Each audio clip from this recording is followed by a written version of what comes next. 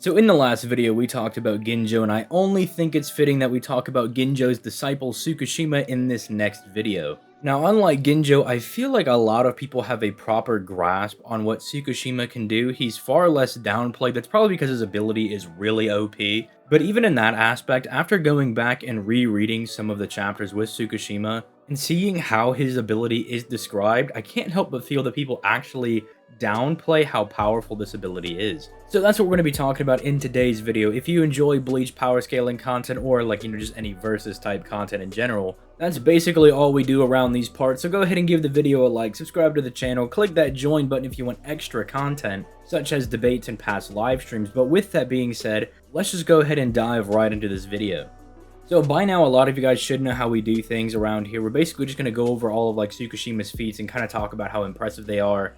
I'll explain any abilities or anything that he may or may not have. But thankfully for me, he's pretty easy to cover because he really only appears in the Fullbring arc, very briefly in the Thousand Year Blood War, and he has a role in Can't Fear Your Own World, although it's not really all that major. In fact, I don't really think it adds anything new to Tsukishima's power scaling. I think from what he has already, you can already make pretty good arguments with him. Can't Fear Your Own World is more like supplementary material for Tsukishima, so I might mention that briefly towards the end. But if we're just looking at the Fullbring arc, this dude basically runs a bloody warpath through everybody. When he's first introduced, we know that Ginjo is like the mentor character for Ichigo in this arc, and by this point Ichigo has achieved his incomplete Black Fullbring. And Tsukishima is able to pretty much just spank everybody around. I mean, Chad even tries to come in here with the fight, and he just gets blitzed and stabbed in the gut. Like, Tsukishima is just not having any nonsense in this battle. And while it seems that Ginjo is pretty even with Tsukishima, there are points where Tsukishima starts to pull ahead.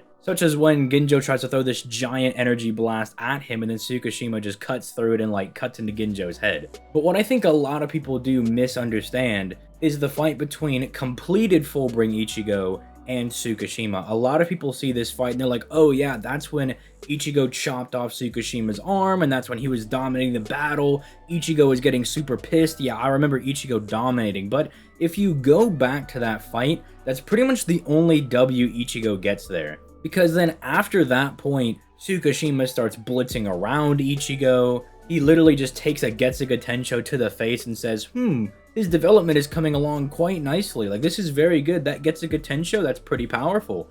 I like that his development's been coming on so strongly, and he has like absolutely no notable damage on him after taking that Getsuga Tensho. Keeping in mind that, I already did the whole Fullbring spiel in, the last video with Ginjo, but do keep in mind that the Fullbring is supposed to surpass Dangai Ichigo. It's supposed to be Ichigo's strongest current form. Now, does it surpass Mugetsu? I mean, that's a little bit up in the air for discussion, but it is said numerous times that Ichigo is going to reclaim the power that he lost, and that it's even going to surpass the Shinigami powers he actually did have. And we know that when Ginjo and Tsukishima are making these claims, they actually have knowledge of Dangai Ichigo, because in Chad's memories, when he's talking about Tsukishima fighting Aizen, they don't see the Aizen that they're aware of.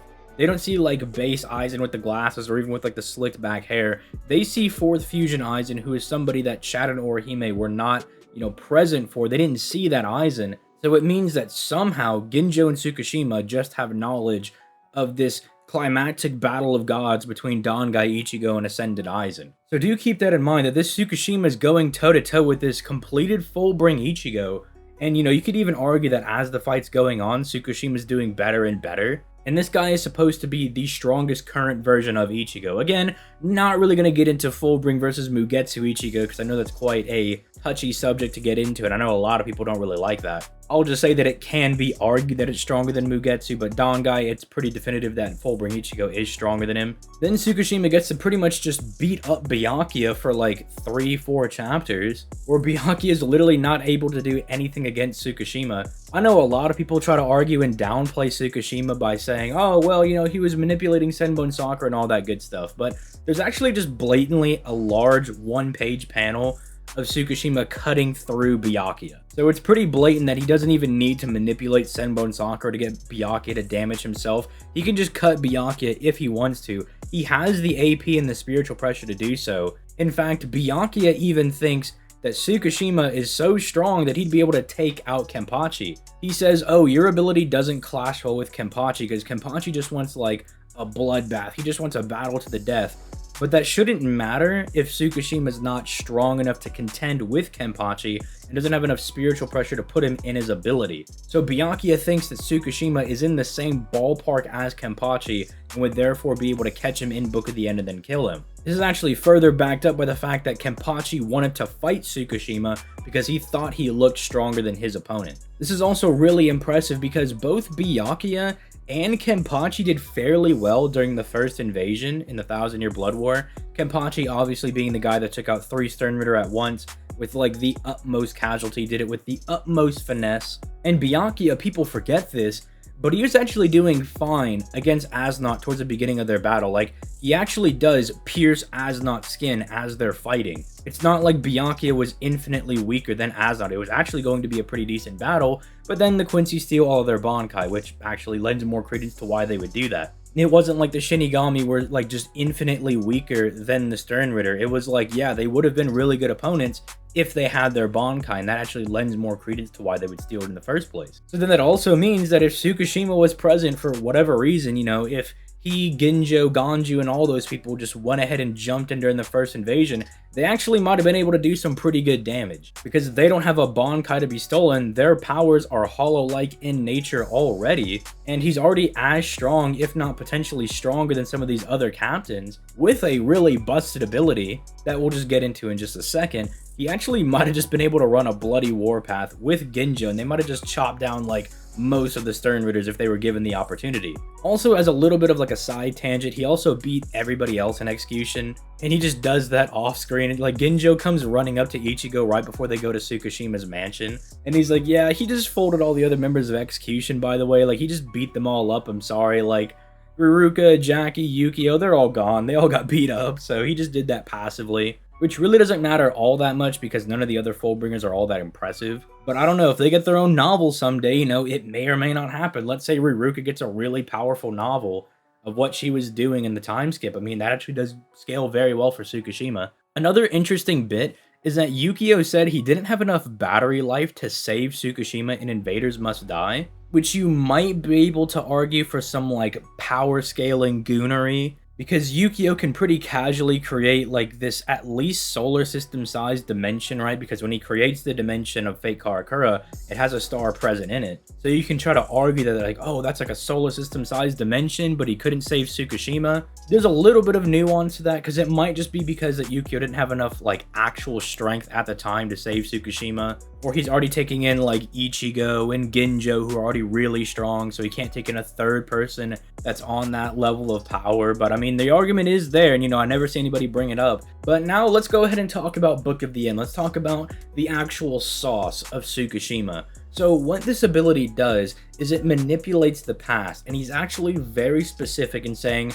it's not an ability that manipulates time or memory. What it specifically does is I place my existence in the past of my enemies, which is actually more of reality manipulation than like a mind hack. And for me, I actually think that sounds far more impressive, because if it's, say, like Aizen's mind hacks, right? Like, Aizen shows you an illusion. Once the illusion's gone, you know, there's nothing to fear for the ability. If you can break out of the illusion, you're good. But if Tsukishima hits you with Book of the End, it doesn't matter. It's not like some mental clouding that you can go do a little bit of meditating, or you can just like flex and then the illusion is broken.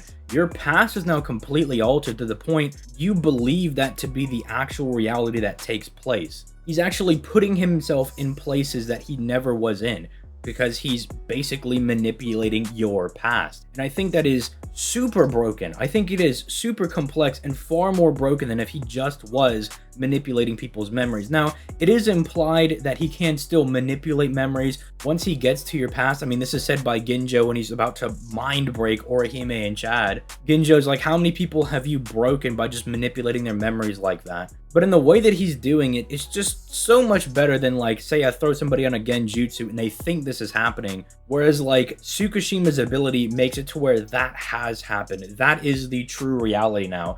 In fact, he tells Ichigo, you're the only one living in the wrong reality. Because for everyone else, this is the true reality, meaning everything that you've done is now a falsehood, which is super insane with Book of the End. This also works on living and non-living things, as we see in the battle with Biake, where he's able to place his memory inside a location, like a place, like say a stone, and then it's so that he's always been in that location, which is crazy because it almost means that Tsukishima can never be caught off guard when it comes to the area that he's fighting in, because he simply just strikes his sword on the ground. He's placed his memories into that location, and he now can figure out all the nooks and crannies of whatever location he's fighting in, so he can't be caught off guard, which I think is also a very slept on ability that he has. The other very interesting thing about Book of the End is that there's implied to be an insta-kill version by Riruka, because when Tsukishima is going to kill Fullbring Bankai Ichigo and Riruka blocks the hit, she gets mad at Tsukishima and says, "This isn't the past manipulating sword, this is the one that kills people." But the weird thing is that it still passes through Riruka like the normal sword. Like, if you see how Tsukishima cuts people, it seems to just kind of go through them super buttery smooth. So I think it's really unfortunate that we didn't get to see if this was some alternate ability of Book of the End, where he had some just like one-shot technique where he cuts somebody with it and they just straight up die due to maybe some overload of their memories, or he just takes the entire power of the past and puts it in the sword and just chops them into a little piece or something. I think that would have been really cool, and I think the implications there would definitely lend to him getting new abilities in the future.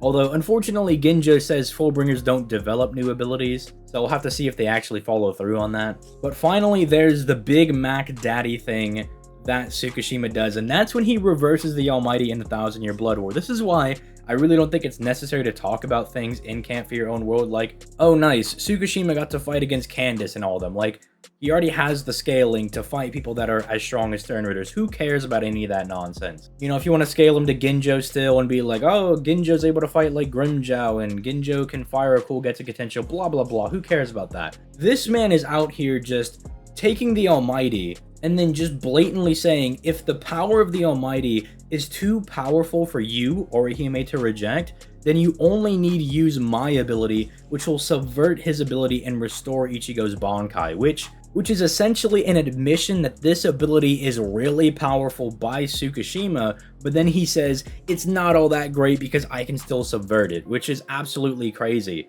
Because it just goes to show how truly terrifying and how truly powerful Tsukishima's Book of the End actually is, and might actually allude to the reason why the Fullbringers weren't actually used in the 1000-Year Blood War, because we've talked about Ginjo and how overpowered he is, so it makes sense that he wasn't there. But then if you had God Yuha's Future Sight ability get subverted by Tsukishima's Book of the End, that's probably why he wasn't out there folding a bunch of Stern Readers. Kubo was like, these guys are way too strong for me to just be casually using them. What I'm gonna have them be is just this really powerful group of dudes sitting around in the Rukungai, and when I need somebody eliminated, I'm calling on these dudes. But let me know what you guys think of Tsukishima down in the comments down below. I'd love to hear you guys' thoughts, and you just tell me how you feel about this character. Did you kind of already know a lot of this stuff, or did you maybe learn something? You're like, oh, that's actually really cool. I didn't really think about Book of the End like that. Be sure to leave that all in the comments down below. If you disagreed with anything I said, or you just want to have a friendly chat, the Discord is the place to come join. I have a Twitch where I stream games. I have a Twitter where I tweet things out sometimes. There's a second channel in the description, all that good stuff. Peep the links down in the description. But on that note, I'm going to go ahead and get out of here. You guys have yourselves a nice day. Peace, late guys.